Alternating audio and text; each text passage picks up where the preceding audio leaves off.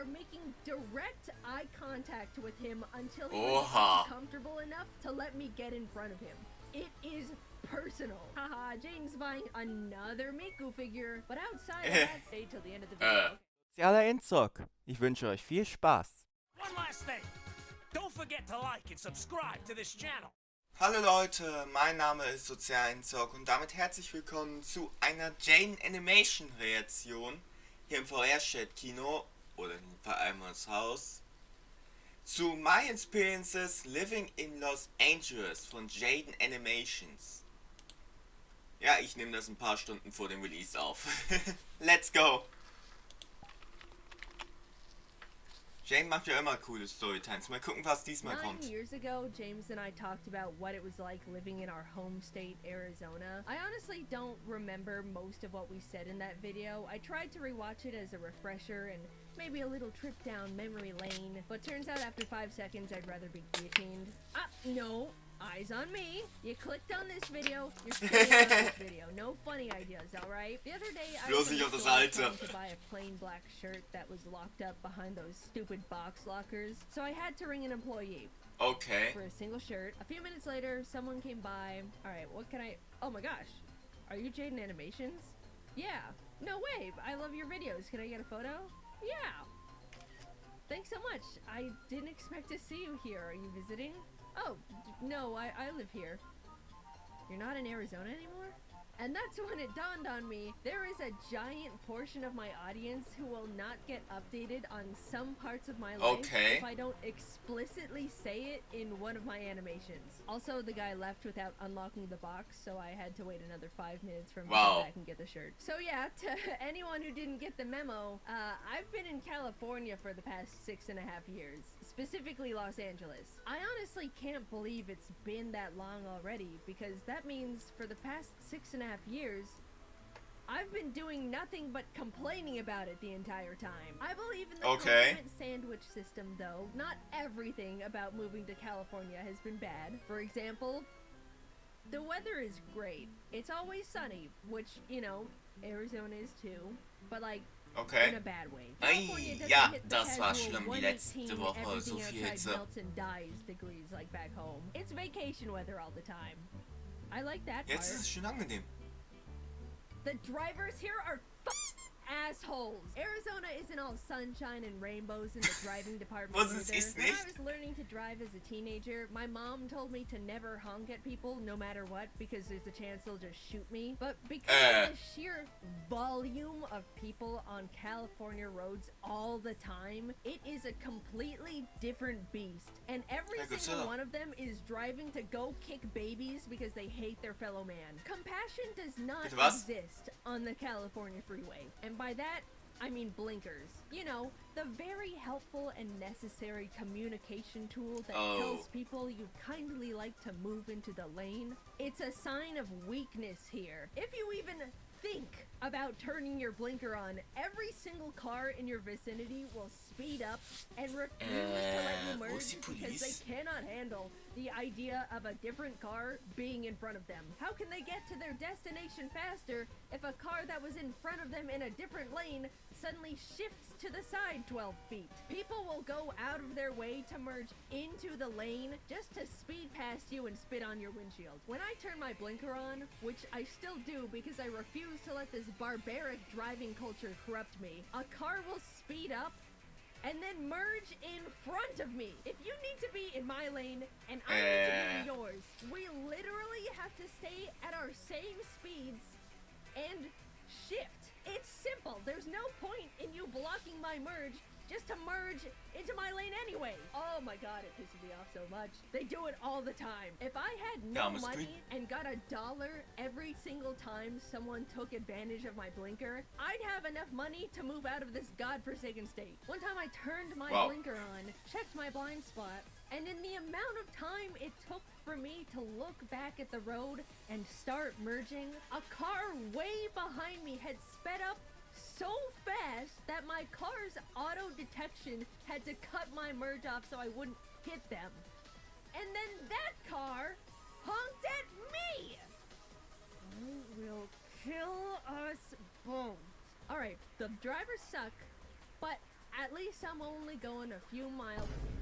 Oh. Not only am I forced to drive alongside these bozos, I'm forced to drive alongside them for way longer than I should need to. The traffic is so genuinely bad, I daydream of becoming a better sprinter to arrive at places quicker because it is genuinely not far from the realm of realism. Either that or get one of those monster snowplow attachments. I mean, seriously, 10 miles? I should not be in the car longer than 20 minutes. Everyone here loves driving 30 over the speed limit anyway. I don't even know what the holdup is. Also, a little tip. Okay, nette If you Anspielung wanted grad. to find a place to park when you get to your destination, you shouldn't even be driving in the first place. Parking doesn't exist here. It's a myth and a lie. 95% of all locations have 0 parking lots. There's never street parking, and if you happen to be a lucky enough soul to find a spot, you can't slow down to parallel park into it because people are either gonna yell at you for clogging the lane or ram into your bumper. It's just an evil trick. So your only choice is to find a parking garage that costs like $20. One time my friends and I drove to a one-piece live symphony at the Dolby Theater and decided to park in its parking garage. Oh, what an obvious mistake. Do you want to know how long it took us to get out of that garage after the show when everyone was leaving? Ich mal in Holland. 2.5 hours! We parked in the designated parking garage for a show and paid 2.5 hours of our life on top of real life money. So what if you don't have a car? Then you don't have to deal with any of this, right? Well, you can't walk anywhere. What do you think this is? Any other country? You could get a bike or a motorcycle, but again, with the quality of drivers around, you might as well play Russian roulette every time the wheels touch asphalt. Maybe with the right setup and some expendable funds, you could just get around with rideshare apps. But man, getting an Uber is so expensive out here. It might as well be considered a luxury in itself. If you're taking an Uber either to or from the LAX airport, I guarantee Das letzte Mal, als ich ein Taxi nutzen musste, war zur Dokumi. Aber das war gegen meinen Willen gewisserweise, weil ich eine Verletzung Once I had a hatte. driver complain to me about the ride rates the whole trip, which was not asked for to begin with. He said he had a client once trying to go to LAX and they were being charged $100, like I said, but the driver was only gonna get $30 from the trip. So he offered to charge $80 cash for them to do it outside the app as a win-win. Don't ever take this type of offer, kids. That was incredibly dangerous. But that's just where the landscape of Uber is here. Also, fun little tip. Never tell any drivers the place you're going to or from is your actual home. This is for everywhere, not just California. Sure, if they ask, it's normally small talk, but when it's not, you're in danger! Yikes! Now that guy won't leave your driveway, and the police say they can't do anything because he hasn't actually committed a crime yet. Just lie and say it's a friend's place or something. It's not worth the gamble, and lying to strangers is fun. That was a free survival hint from your friendly neighborhood YouTuber. Put that one in the back of your pockets. Speaking of LAX, because I brought it up earlier, that place is actual hell on earth. If someone gets sent there after death, I would consider it a viable punishment for being a bad person. But innocent people are forced to be subjected to it every single day, and it's inhumane. You have every single asshole with a plane ticket in the entire city Ist and das ein beyond Flughafen? Ich dachte, das war eine enter Messe. the same stupid entrance, forced to drive through the same loop bumper to bumper until they get to their specific gate. No branching paths, no attempts to categorize the types of arrivals, just a single slaughterhouse line like cattle. But in normal Die Kuh, die jetzt auch Peter the angegriffen hat. cattle don't hate each other. I was talking about bad merging before. It is legitimately survival of the fittest in the LAX horseshoe. Absolutely no one will let you merge lanes ever unless you threaten to fist fight them right there on the concrete. One time I sat with my blinker on in traffic that was not moving for 15 minutes straight, and a dude still refused to let me start merging once cars started inching forward. I had to sit there making direct eye contact with him until he was comfortable enough to let me get in front of him. It is personal. I am not the same person when I'm in the LAX horseshoe. None of us are. Some dudes in the 1960s decided they wanted everyone that ever planned to visit LA to suffer instantly when they got here. And they simply really got away with it. I've spent so much time talking about traffic and the airport, I haven't even talked about living in LA yet. Well, that part sucks too. Everything is so absurdly expensive here, it's almost comedic. Almost. Maybe raise the prices of food like $10 more and I'll start to chuckle. Now a burrito's like $40.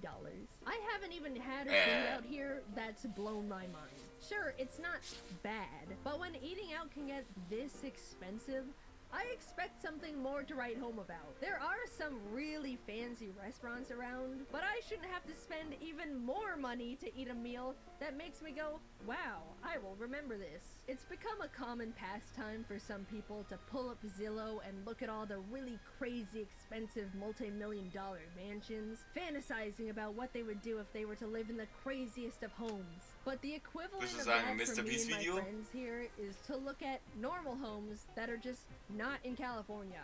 Oh, look at that one! 3-bed, 2-bath for like $2,500 a month.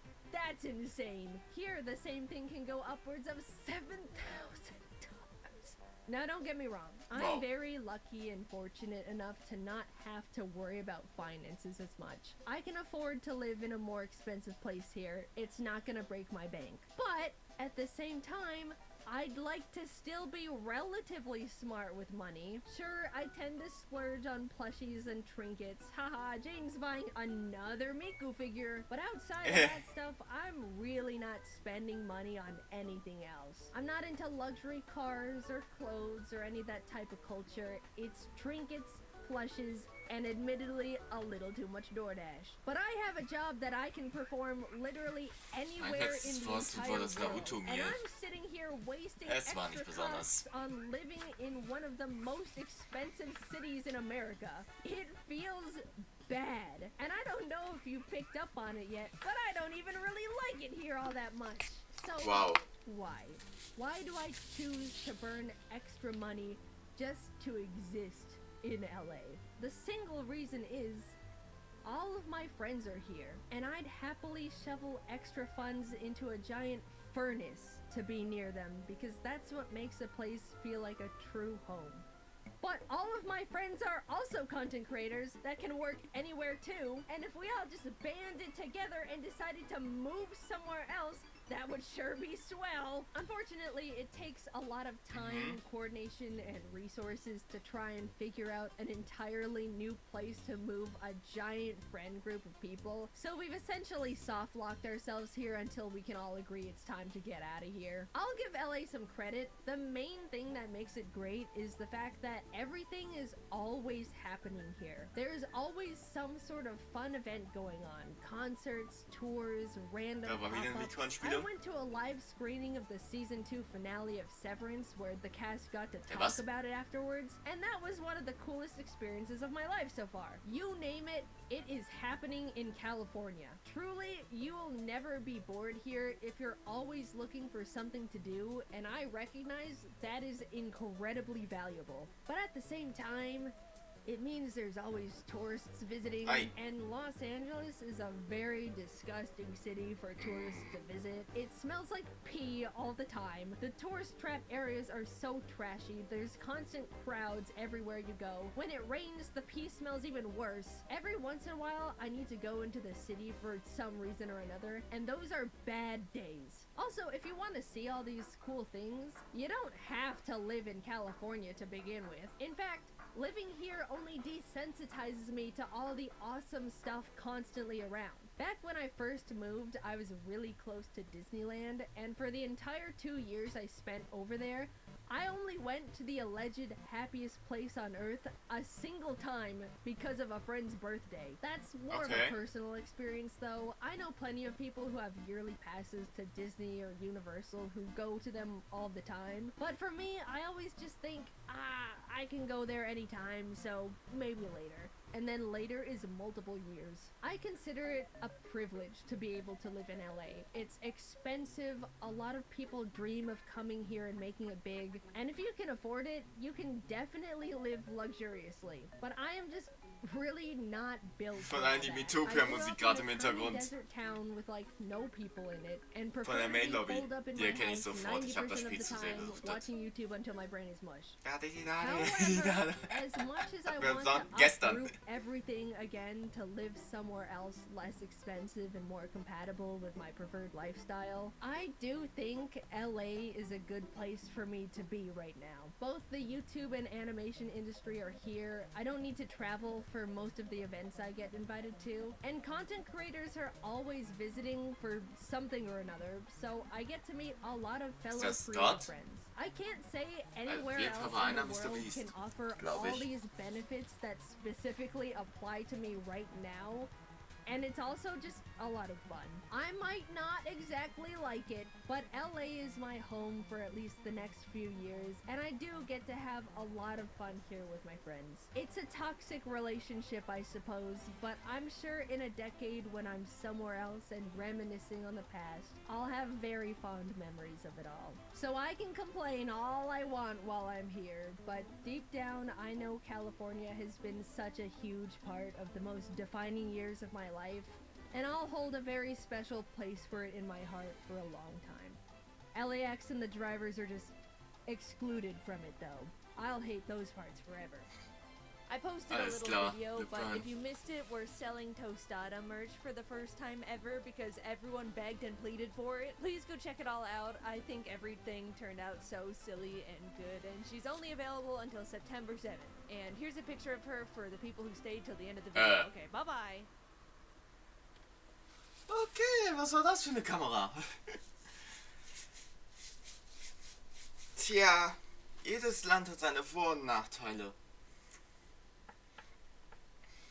Aber eins muss man schon sagen, man braucht Nerven in diesem Land. War aber trotzdem sehr interessant. Damit bedanke ich mich fürs Zusehen, bleibt sozial, lasst nada und bye!